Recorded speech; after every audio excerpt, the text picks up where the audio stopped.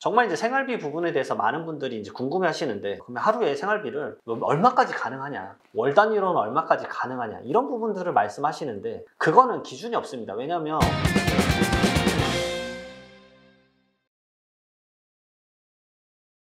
이 부모님께서 이 맡은 금액을 어떻게 사용하는지에 따라서 좀 달라질 수 있는데요. 이 맡은 금액을 이 구분이 가능하게끔 보관을 해왔고, 그다음에 다른 자산을 취득하거나 이 본인의 자산 중에서 사용하지 않는다면 이 최초 부모님께 이 월급을 이체한 내역과 생활비 외의 금액을 이 보관하고 있는 내역을 입증해서 증여가 아님을 주장할 수 있습니다. 근데 단순히 나중에 같은 금액 돌려주면 되지 라고 하는 것은 사실 증여세 과세 대상이 되실 수 있으세요. 왜냐하면 현금에는 이제 말 그대로 꼬리표가 없기 때문에, 그렇기 때문에 증여세에는 이제 증여 반환이라는 제도가 있는데, 이 금전 이외의 재산 같은 경우는 이 증여를 하고 나서 신고기한이 증여일이 속하는 달의 말일로부터 3개월 이내인데, 3개월 이내 다시 재산을 반환하게 되면 두 거래 다 증여세 과세 대상이 아니라고 보거든요. 말 그대로 반환을 인정해 주는 거죠. 하지만 금전은 그게 되지 않아요. 주는 순간 증여고 다시 그걸 되돌려줘도 증여로 봅니다. 말 그대로 그걸 차용을 했다라고 다시 소명해야 될 수도 있어요. 사실은 이 현금은 말 그대로 꼬리표가 없다. 이거 아주 좀 주의하셔서 쓰셔야 됩니다. 그래서 자녀가 보내준 이 월급을 이 본인의 생활비 통장에서 이체해서 막 혼용해서 썼다라고 하면 이 증여가 아님을 입증하는 것이 사실 어려워요. 그래서 추후에 돌려줄 때도 이 문제가 발생할 수 있습니다.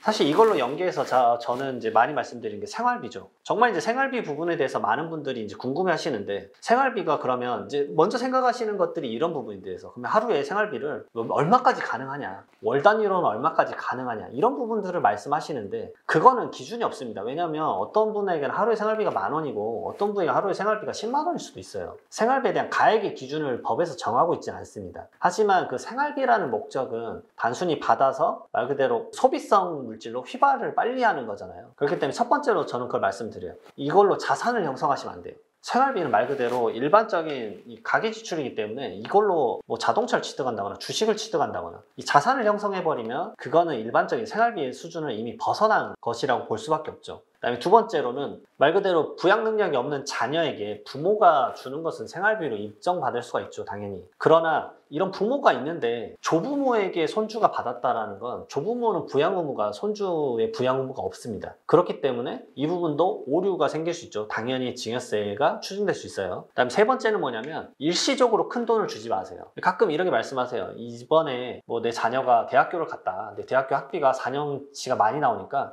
1억 원을 줬다. 사실 그거는 신빙성을 얻기가 어렵습니다. 왜냐면 생활비란 거는 이 필요한 만큼만 줄 때 활용하는 게 생활비이기 때문에 일시에 큰 돈 1억 원의 말 그대로 등록금이 발생하지 않을 수 있거든요. 결국은 그 등록금을 이제 세무조사를 펼쳐보게 되면 대부분 실질적으로 그걸로 자산을 형성하는 경우도 많이 있습니다. 그런 부분들, 생활비 활용하실 때 이 정도의 기본적인 세팅, 이게 다른 부분에 대해서도 마찬가지로 이어집니다.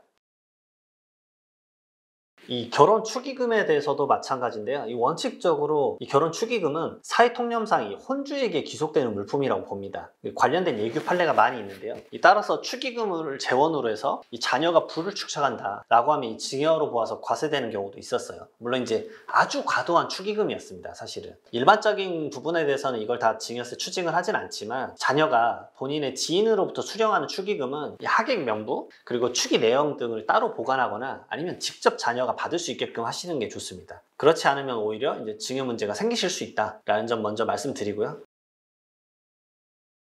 그리고 부모님이 이제 자녀의 혼수용품을 이제 해준다라는 부분도 사실은 증여입니다. 이 증여의 개념에 해당하고요. 왜냐하면 증여라는 거는 행위의 명칭, 뭐 형식, 목적 상관없이 직간접적인 방법으로 이 타인에게 무상으로 재산이나 이득을 이전하는 것을 말하기 때문에, 사실은 혼수용품회 같은 경우도 장만해 주셨다라고 하면 자녀에게 사실 증여한 꼴이 될 수 있습니다. 사실 처음에 증여할 때는 이것들이 포착되진 않아요. 하지만 증여하시고 나서 이 증여하셨던 부모님이 혹여나 10년 이내에 돌아가셨을 때, 그때 이런 부분들이 사실 많이 포착이 되는 거죠. 말 그대로 이제 이 혼수용품이 추징이 되는 경우는 이렇습니다.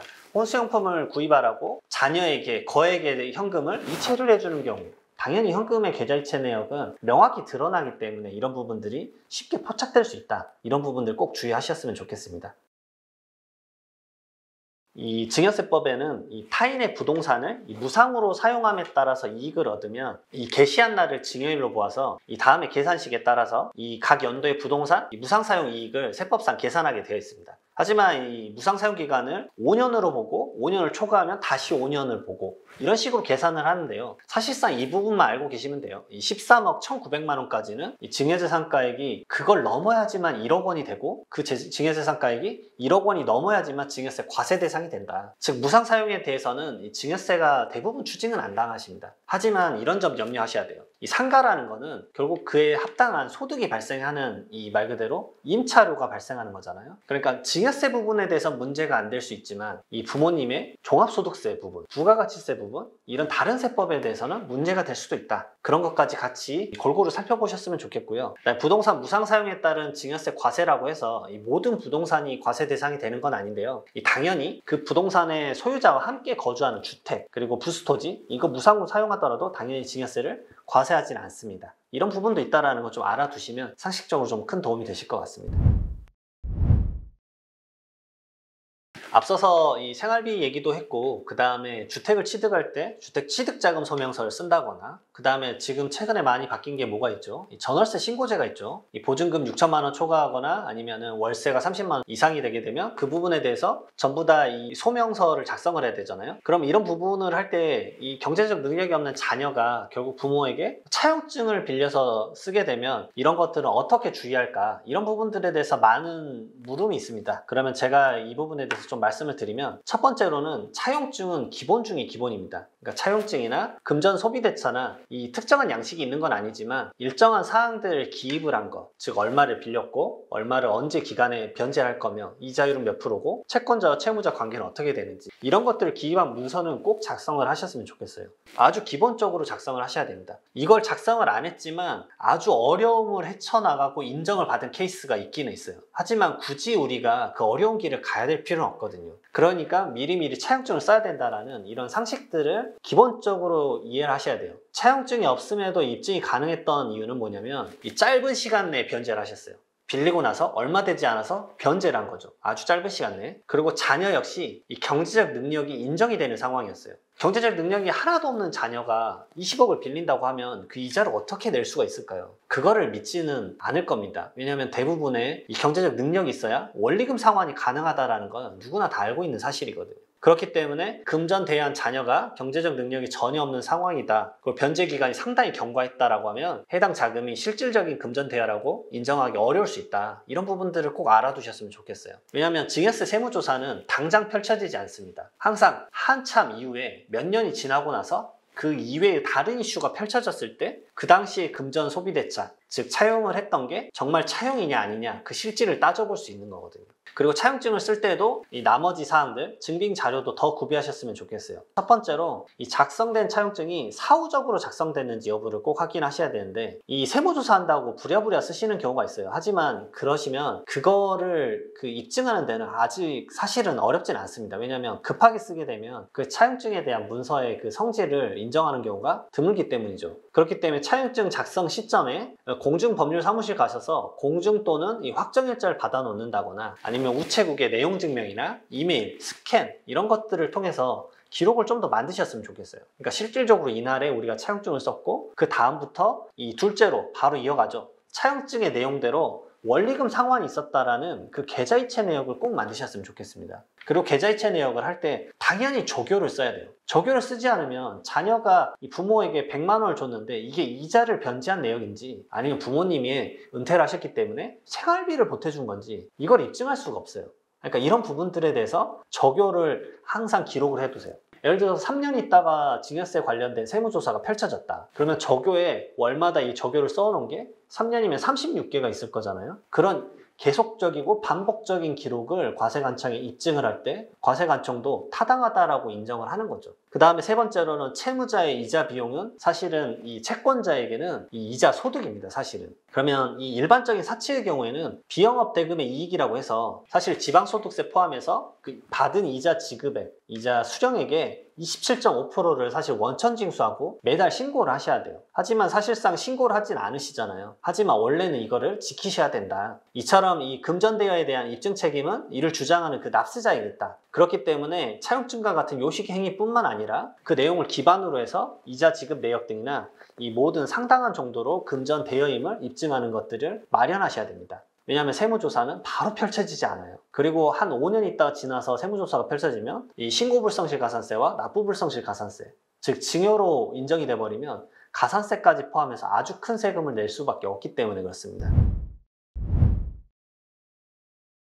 그러면 이 금전 무상대여 또는 이 절이되어 하면 또 증여세가 과세되느냐라고 물어보시는 경우가 있는데요. 이 무상으로 금전을 차입하거나 이 법에서 정한 적정 이자율보다 이 낮은 금전을 대출을 받았다라고 하면 이 부분에 대해서 이 적게 받은 이자에 대해서 증여세가 또 포착될 수도 있어요. 하지만 이 증여재산가액이 1천만 원 이상일 때만 증여세가 과세가 됩니다. 그러면 기준이 뭐냐? 첫 번째로 무상으로 금전을 차입하는 경우랑 이 적정 이자율보다 낮은 이자율로 금전을 차입하는 경우인데 이것만 알아두시면 됩니다. 이 4.6%, 연 4.6%가 세법에서 정하는 적정 이자율이에요. 물론 이 적정 이자율은 바뀔 수 있습니다. 왜냐하면 기준금리를 따라가기 때문에 기준금리가 변동이 되면 세법 개정으로 인해서 이 다음에 영상을 보실 때는 이 연 이자율이 다른 수치로 바뀌어 있을 수도 있어요. 하지만 지금은 4.6%다. 그러면 간단하게 계산을 하면 얼마냐면요. 2억 1,700만 원입니다. 2억 1,700만 원 정도가 되면 4.6%를 곱했을 때 딱 1,000만 원 정도가 나와요. 물론 지급한 이자액이 있으면 그걸 차감해주기 때문에 그런 부분까지 같이 연결하시면 되겠죠. 그러면 이렇게 생각하실 수 있어요. 그럼 2억 1,700까지는 무상으로 금전을 빌렸다라고 하자라고 하실 수 있는데 이 과세관청에서는 그러면 이 무상으로 정말 빌린 건지 아니면은 그냥 전부 다 증여인데 걸릴 것 같으니까 무상 차입으로 바꾼 건지 그런 것들에 대한 오해가 생길 수 있어요. 그렇기 때문에 저는 항상 말씀드립니다. 실제 지급이자를 좀 주어야 된다. 왜냐면은 무상으로 이 금전을 차입했다라고 하게 되면 사실 이거 문서 하나만을 보고 그러면 이게 증여가 아니라 돈을 빌린 거라고 믿어달라는 건데 그걸 쉽게 이해를 해줄 수 있을지는 모르겠다. 그러니까 나머지 증빙이라도 좀 마련해서 안전성을 높이시는 게 좀 더 낫지 않을까? 라고 좀 권해드리고 있습니다. 그러면 이제 이렇게 말씀을 하세요. 수차례 나눠서 빌리면 되지 않겠느냐 라고 생각을 하시는데 이 처음에 증여한 날로부터 소급해서 1년 이내 이 여러 차례 나누어서 빌리더라도 각각 대출 받은 날을 기준으로 계산해서 결국은 2억 1,700만 원이 넘어가서 이자가 결국은 1,000만 원을 초과할 때 그때 결국은 이 증여세가 추징될 수 있다. 라는 거 첫 번째로 알아두시고요. 두 번째로는 금전을 그러면 순수로 증여했을 때랑 이 절이로 대여됐을 때 어떤 과세 차이가 있을까라고 또 생각이 드실 거예요. 그러면 제가 직접 경험한 이 세무조사 케이스를 한번 예시로 한번 들어볼게요. 이 증여자는 모친이셨어요. 모친이 딸에게 얼마를 빌려줬냐? 8억 원을 빌려줬습니다. 8억 원을 빌려줬고 이 차입일자랑 나머지 내용들은 이제 제가 약간 각색을 한 건데 결국 20년도 5월에 빌려줬었는데 22년 5월에 말 그대로 이제 자금 출처 소명이 들어온 거죠. 그리고 이자 지급액은 월마다 100만 원씩 지급을 했습니다. 그러면 순수 증여 같은 경우는 바로 보시게 되면 이걸 전체를 결국은 증여로 보는 거잖아요. 8억 원. 그러면 증여재산 공제 5천만 원에 과세표준 구하고 세액 쭉쭉 구하게 되면 산출세액이 얼마가 나오죠? 1억 6,500만 원이 나와요. 하지만 이 가산세가 붙습니다.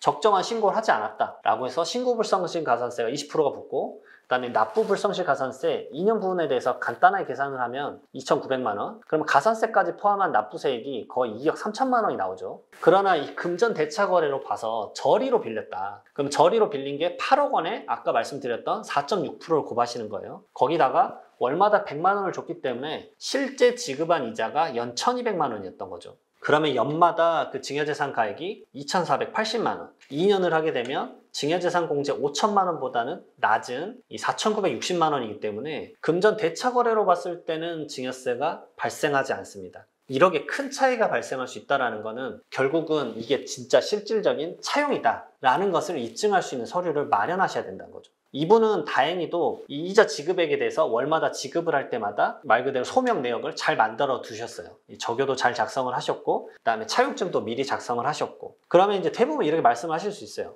실질이 이 금전 소비대차 거래였기 때문에 이 실질에 따라서 이 당연한 결과 아니냐라고 하실 수 있는데 하지만 이 실질을 입증할 이 증빙이 없다라면 정말 억울한 결과도 생기실 수 있습니다. 두 분이 신적으로 이렇게 빌렸다라고 가정을 하는 거를 어떤 증빙도 없이 믿어주기 쉽지 않을 수 있어요. 그렇기 때문에 꼭 이런 영상을 보시고 말 그대로 차용증도 쓰시고 이자 지급 내역도 만드시고 실질적으로 적요도 만드시고 그다음에 빌리는 자녀도 당연히 경제적 자력이 어느 정도 있어야 되겠고 이 각각의 요소들을 꼭 고민을 하셔서 저리 차용을 하더라도 내가 결국은 소명을 할 수 있게끔 세팅을 잘 하시기를 정말 권해드리겠습니다.